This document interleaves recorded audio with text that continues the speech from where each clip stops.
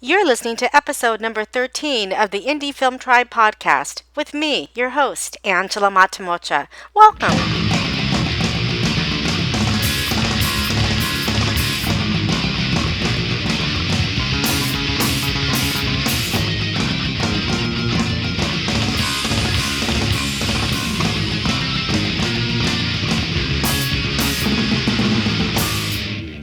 Hi there, good people. Hi. Thank you so much for being with me here today. We are continuing in our series of focusing on marketing on social media. And today I have a fantastic guest who specializes, again, in exactly that. He is the executive producer and also plays Ian on the Emmy-nominated LGBT series Eastsiders, which is actually one of my favorite online series ever. I love Eastsiders. Also, he is a social media specialist, and his husband, Kit Williamson, also produce and star in an ongoing travel video for Out Magazine with partners such as MGM Hotel Group and Key West Tourism Board. And he is also a phenomenal actor. Ladies and gentlemen, John Halbach. Welcome. Hey guys, thank you so much for having me. I'm really excited to be talking to you. Oh my gosh, thank you so much for being here. I've got to say, as you know, I have been following you and Kit for years now, and remember when you first launched the first couple of episodes of your web series, Eastsiders, and ever since then, I have been just such a fan. So I know it's kind of a bit ago, but congratulations just for the way you went about executing that. That was phenomenal. Oh, thank you so much, and thank you for all your support. I absolutely remember you being there from the beginning, and it's crazy everything that's happened ever since then, and we've always appreciated your cheerleading at every step of the way. Well, honestly, once I started thinking, with Indie Film Tribe, I want to talk about marketing, you are one of the first people that obviously came into mind because I remember everything that you did. Let me ask you this. Let's just go ahead and jump right in. What is it that you love about being a social media strategist? Well, it's been a really cool journey for me, and it's totally come out of Eastsiders. It's nothing that I ever did before. I was primarily an actor until 4 years ago when Kit and I decided to make Eastsiders and put it up on YouTube. And then, like you said, after the first couple episodes were out, we got acquired by Logo, which is Viacom's LGBT channel. And we thought, this is awesome. We got bought by this giant company. We're not going to have to promote our show anymore. Done, easy, famous, success. And that turned out to not be true at all, which was originally very disappointing, but in the grand scheme of things, really cool, because then I ended up doing all the social media and the press for the show, and really loved it. And we found ourselves at least once a week going out to lunch or coffee with someone saying, how are you doing it? How can you tell me? What can you give me some advice? And so that's when we ended up starting our own company, Go Team Entertainment, where we were working with other content creators, indie filmmakers, web series producers, really anyone doing a Kickstarter, and working with them about how to get the word out about their projects. And then from there, I actually got to move into the conventional advertising world, and I've been in New York the last couple of years on the agency side, learning that whole world. I got to do the social media for a bunch of Broadway shows, including Fun Home and Curious Incident of the Dog in the Nighttime, which both won the Tony Awards in 2015. And then I moved to another agency where I was the head of the social department and had a much more diverse array of clients in hospitality and still live entertainment, and also food and TV and more film. So it's been really a really cool journey, and I've learned so much and loved it all. That's really amazing. So all of these opportunities in New York came from you working on the Eastsiders campaign. Is that right? Yeah, that was the only work sample I had going into Spotco, the first agency I went into in New York. It was also a very perfect storm because Spotco specializes in Broadway, and I was originally a theater actor, and I've read Playbill.com every single morning since I was, 13 years old, and it came out on AOL.com, so I went into that interview with a great knowledge of that world and those people, and I had also been auditioning as an actor in New York throughout all my 20s, so I knew a lot of producers, I knew all the actors, like, the stars really aligned for that to happen, but yeah, Eastsiders was the only work sample I had, and that's what got me the job to go out there and work on those shows. So let me ask you this then. Because Eastsiders was your first time in sort of, executing this amazing marketing plan that you guys did, how did you even know where to start? What did you grasp from? Like, how did you even know? Like, honestly, that just seems mind-boggling. Well, we really learned as we went, and certainly made some mistakes along the way, but that's okay. I think, we ended up with something that really works. I think one thing I would recommend everyone do, and one big lesson we learned when we first started out, all of our producers were just sort of doing the social media. We had probably 6 or 7 producers of that first season, and we all had the passwords for all of the accounts, and we'd all just be like, oh, post something when you can, or oh, if you think of something, post something. And that can get to be a bit of a mess, and it can sort of fall by the wayside. It can get neglected if you're thinking, oh, someone else will take care of it, someone else will do it. They might not do it, or if they do it, the tone of voice can really be all over the place, or it's going to come, you'll have 3 posts in an hour and then no posts for 3 days. So that's one of the biggest lessons that I've learned, and I think one of the most important things that I would tell people is to have one person who's dedicated to this. They don't necessarily have to do it all, but just like overseeing it and coming up with a strategy and a schedule and making sure that they're thinking about it at every single step of the process, because social media is really releasing an advertising campaign potentially 365 days a year. When you look at how advertising used to be, or how advertising is, for a car company, they're going to maybe have 4 commercials that can go out on TV. But right.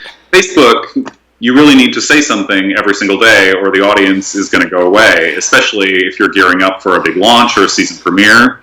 So as you're going through the process, really pre-production meetings at a coffee shop, if there's a script on a table next to a scone, take a picture of it, because there's going to be a day where that could go on Instagram, and you could be like, Throwback Thursday, this is where our project began, on this table with this scone, for example. And then through all pre-production meetings, picking up equipment, going through casting, auditions, when you're on set, making sure someone's getting behind-the-scenes photography, behind-the-scenes interviews, and then, going up through the release, making sure that you've got materials ready to go out through all of those stages, and, making sure that you've got stuff to last you years down the line. We're a little crazy with Eastsiders, but, we've done 2 seasons. We started 4 years ago, and we haven't shot much lately, but, I'm still regularly posting with content that I came up with the last time we shot the 2nd season, which was like 2014. So wow.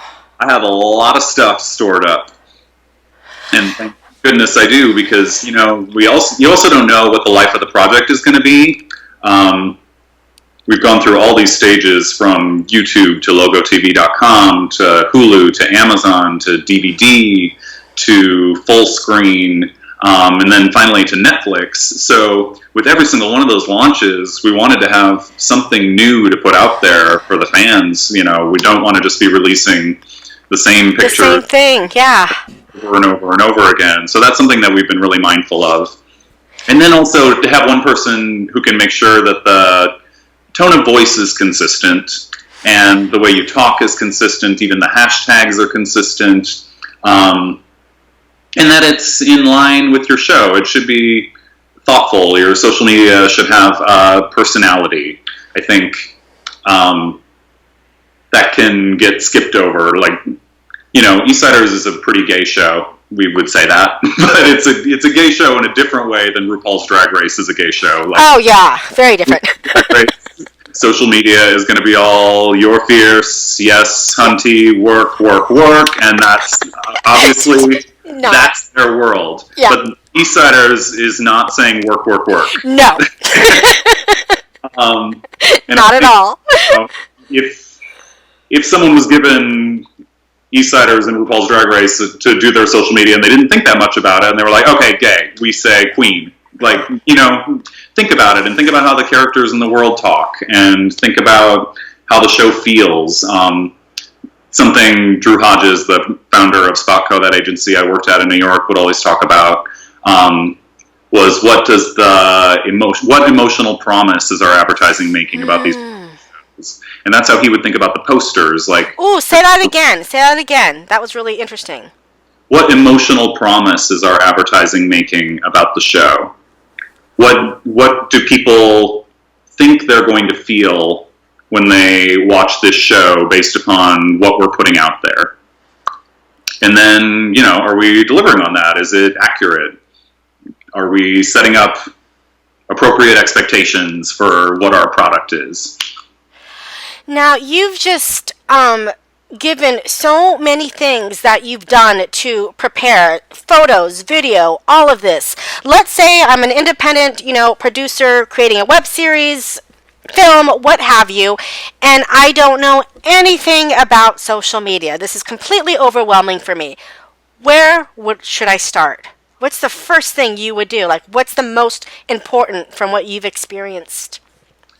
I would look at other projects that are similar to yours and follow their pages, and don't be afraid to steal. I mean, a lot of these things they're consistent tropes and things that work, and if it ain't broke, don't fix it, With us in particular, I definitely keep an eye on HBO and Netflix and Amazon and how they market their shows, and I think they do an excellent job and they do really cool stuff, and I steal from it liberally. I would there, just make sure that that's always on your radar and something that you're thinking of. And if you see something cool, think, how can we do that? What's our version of that? Right. What's our version of that? Before you launch, your first or second series, what has been like the average sort of lag time or launch time leading up to it? Is it 2 months? Is it 6 months? How much content do you need? I would think about that, and, as I said before, you kind of need endless content, because ideally your project is going to have a really long life and you're going to need to talk about it for a really long time. That said, I don't think that really long time should necessarily start until you're about a month out from your project coming out. I mean, if there's nothing for people to go and see, exactly. I don't start talking about it yet, because they're going to be sick of it by the time it's there.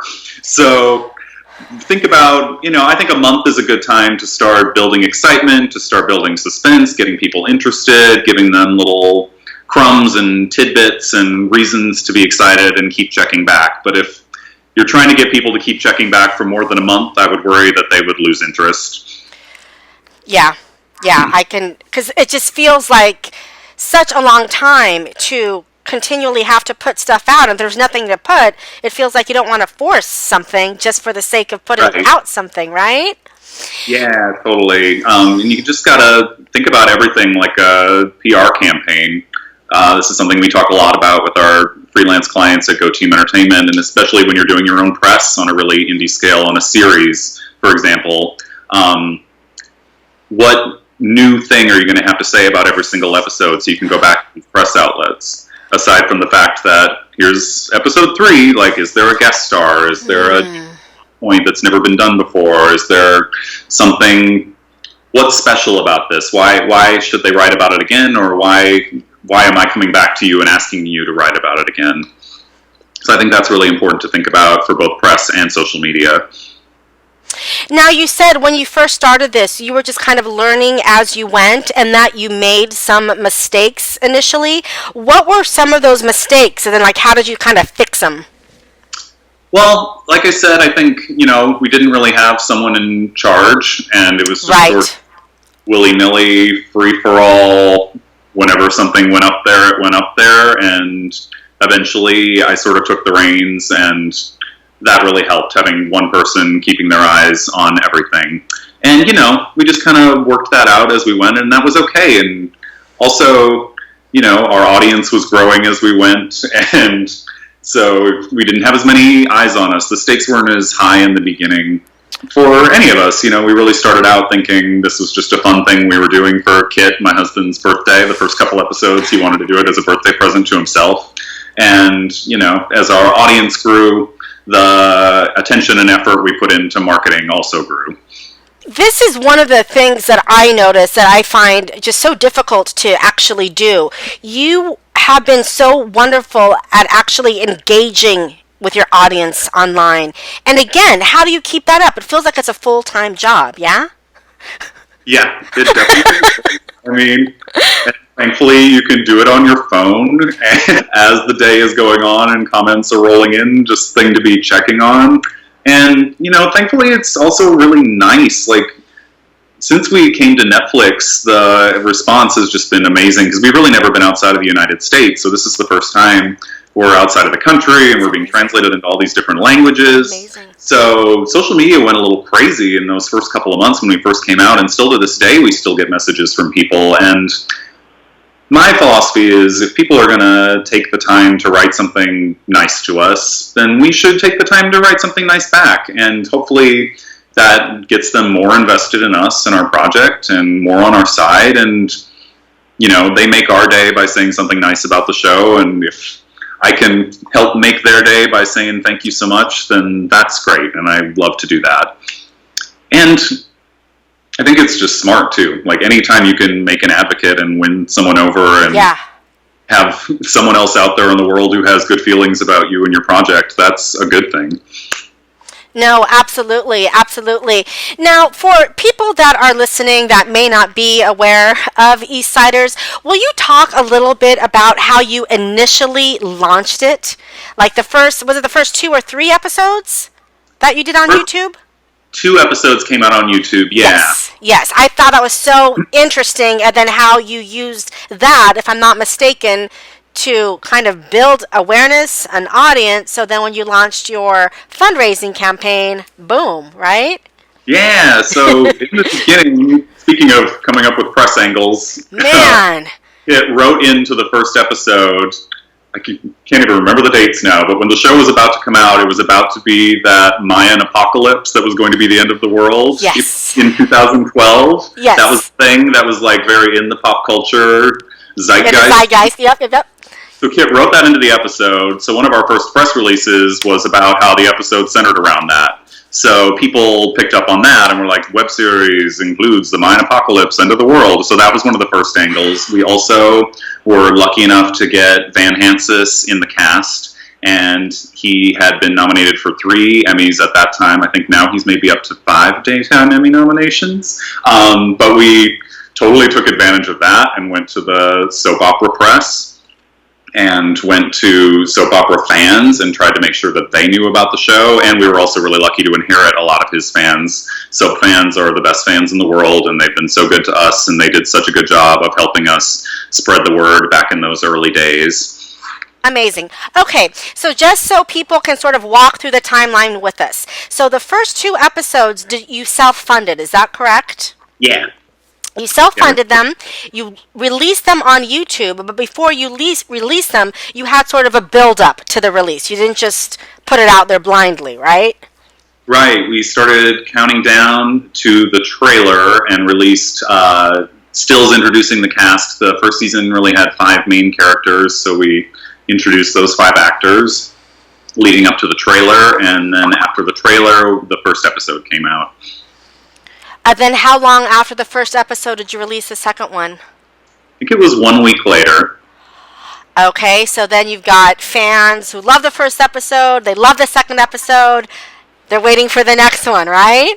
Yeah, and then we went into our first Kickstarter campaign, which I think is something else important to think about if you're going to do a crowdfunding campaign, to give people a proof of concept, to show them what you're going to make with their money, to give them more than an idea to get on board with. I don't think we would have been as successful, or I don't know that we would have been as successful that first time around if we hadn't released those first 2 episodes, so people knew who we were and what we were doing and what we wanted to accomplish with their money and their investment. So yeah, We launched that Kickstarter campaign and then got to shoot the rest of the first season. And while we were shooting the rest of the first season was when we got approached by Logo and Viacom about leaving YouTube and going over to logotv.com.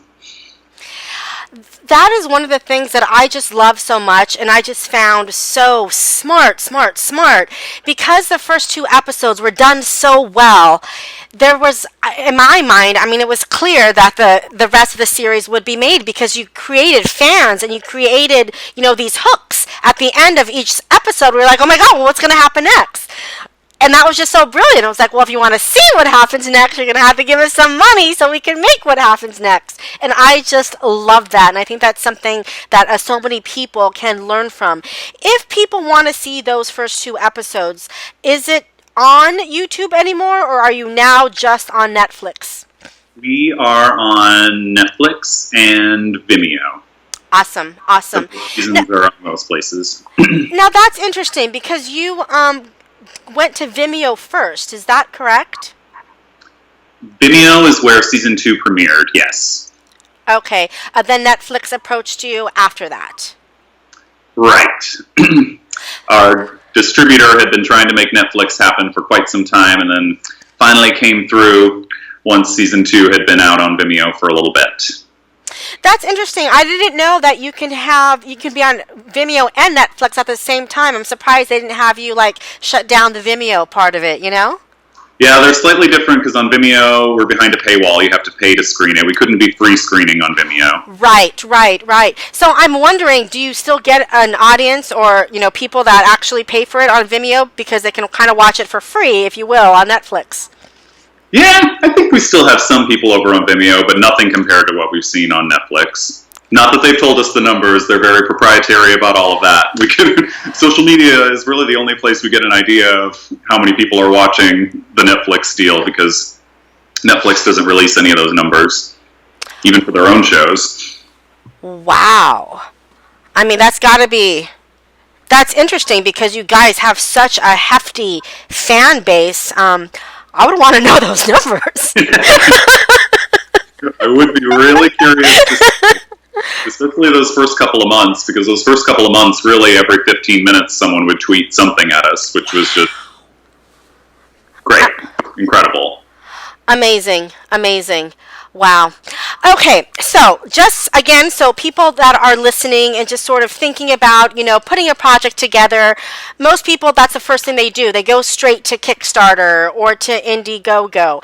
And it sounds like, or what I'm hearing you say, that it's best to kind of create something first before you actually go to one of these platforms so you can have a proof of concept so people can see what they're putting their money towards. Is that correct? Right.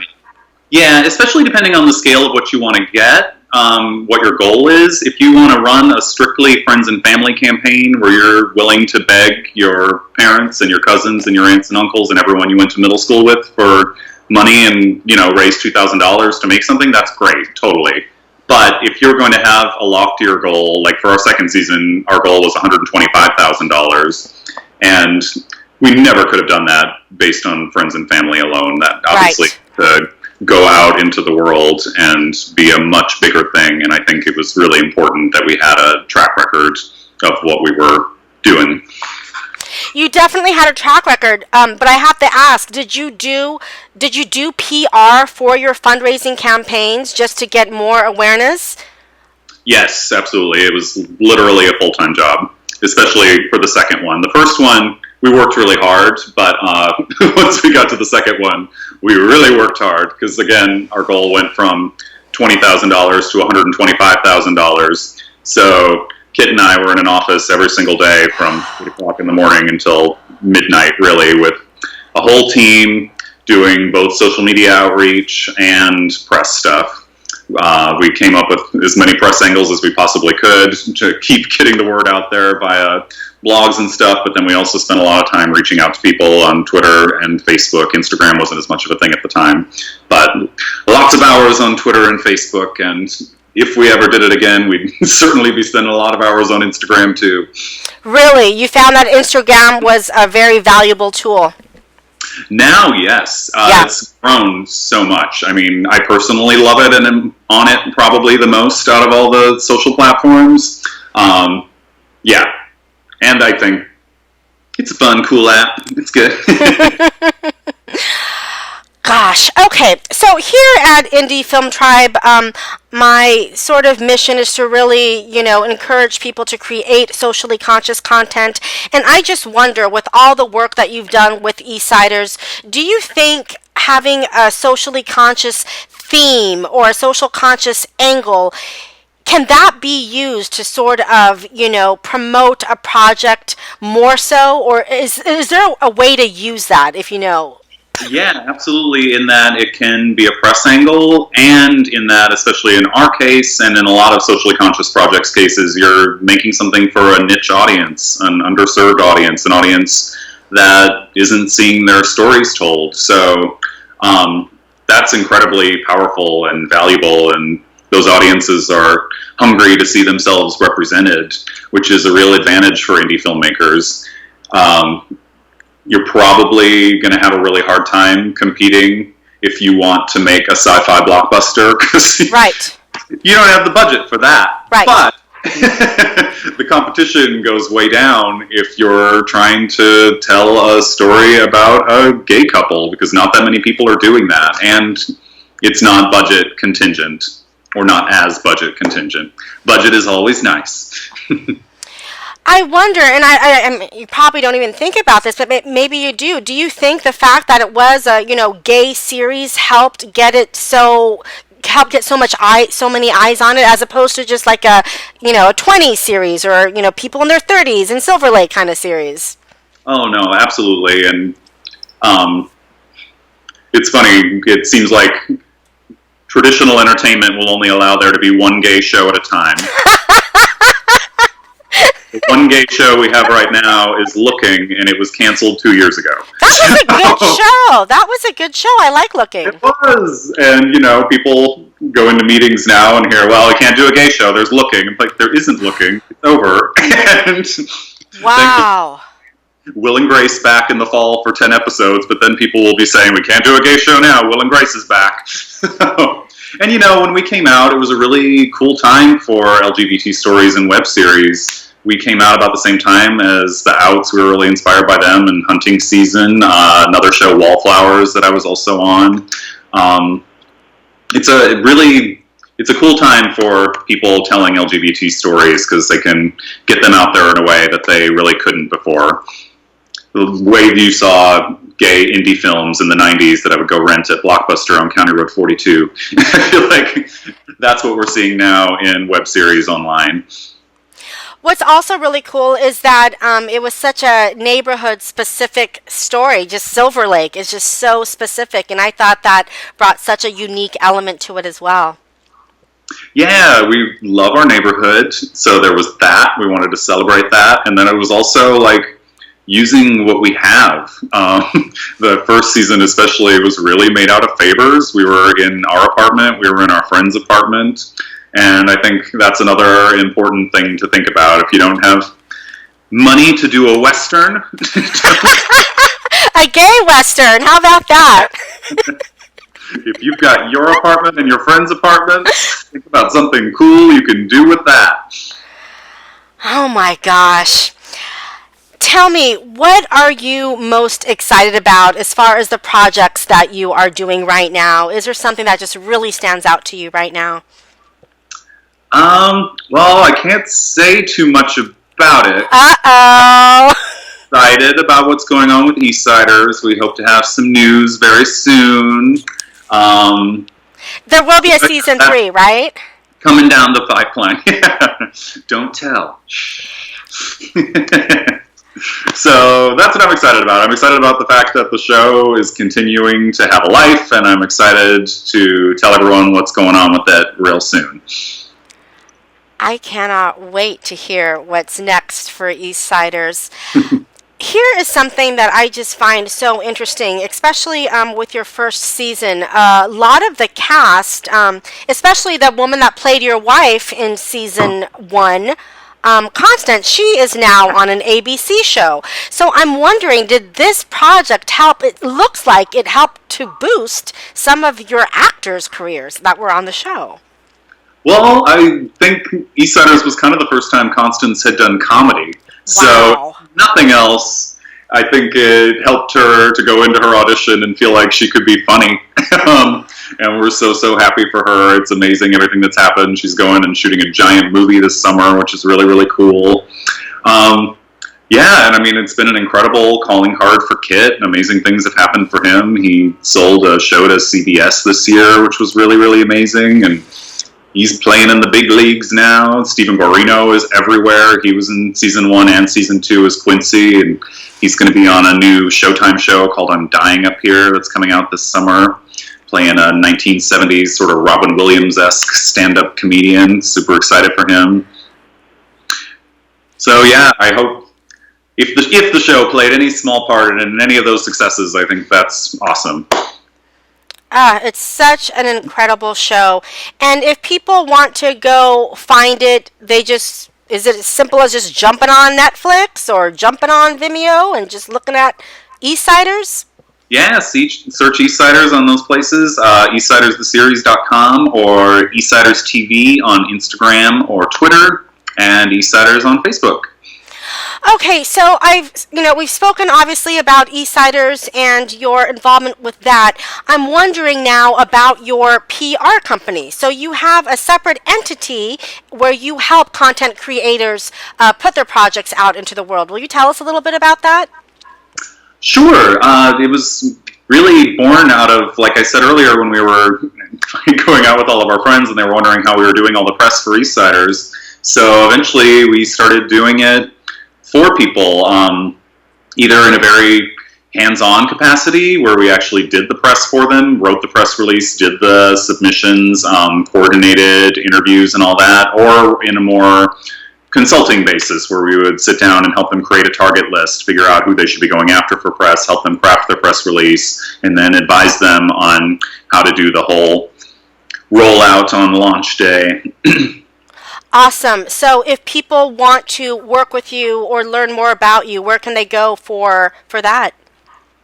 You could reach out to us on social. I'll say we've taken a little bit of a step back from that for now as we've been real busy. But okay, we're throwing a line out there and we can maybe direct you towards someone. Or maybe we'll be free. Never know. I don't know when you're listening to this. It should be in March. Do you, John, feel that you were put on this planet at this particular time in history for a specific reason, or do you feel like this is just sort of random? Well, for the most part, I feel very lucky to be on this planet in this moment in history. 6 months set aside, perhaps. I feel so lucky to be a gay guy who can be married to my husband. That is not something that I grew up ever thinking was going to be possible. Also didn't ever really think, I don't even know if I thought about being an out gay actor, filmmaker, personality. That really didn't seem like an option. There weren't those people really when I was growing up. So I don't know if I was meant to be born right now. In some ways, I feel like I was not meant to be born right now because I'm a bass baritone and I can't dance. Wanted to do musical theater, and there was a time they would have 2 choruses, a singing chorus and a dancing chorus. So if this was 1956, I would have been set.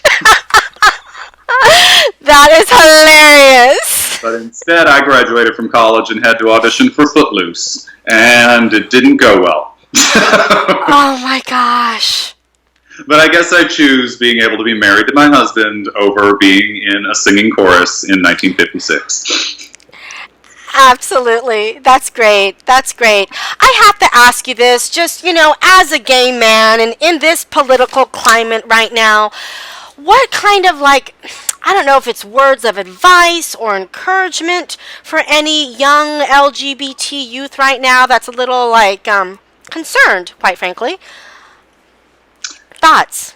Oh man, I would just say I understand your concern. I'm worried too. I think we're all worried too. These are really scary times, and I don't think we've ever seen anything like this before, anything this dark. But I also think we're seeing really exciting things, and we're seeing so much love and so much passion fighting back against this darkness. And there are obviously so many people out there who are on our side, and we are the majority.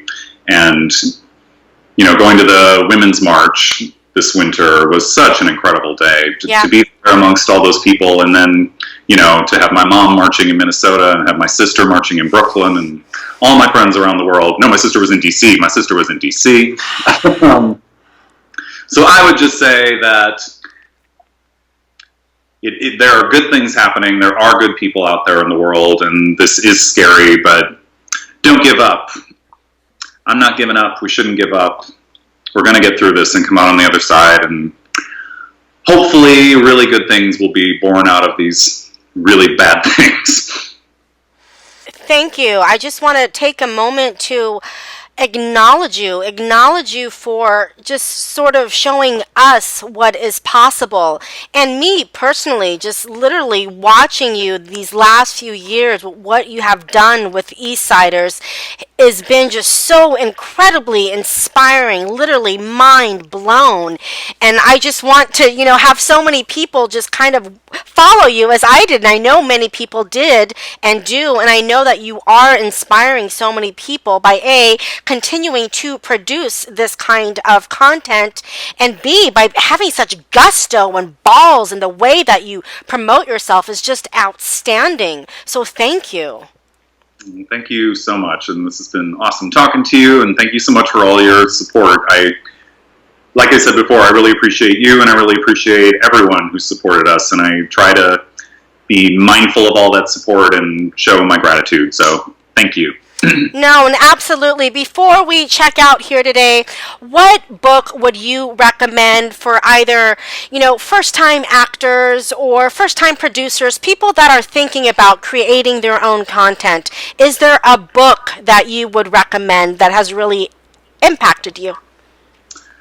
I think I would go back to something that we talked about earlier, in just keeping this in the social media realm. Say, instead of reading a book, go and follow other social media accounts that are similar to what you're trying to do. Make sure they're on your radar. Be looking for cool stuff that other people are doing in the digital space and thinking about how you can do that too.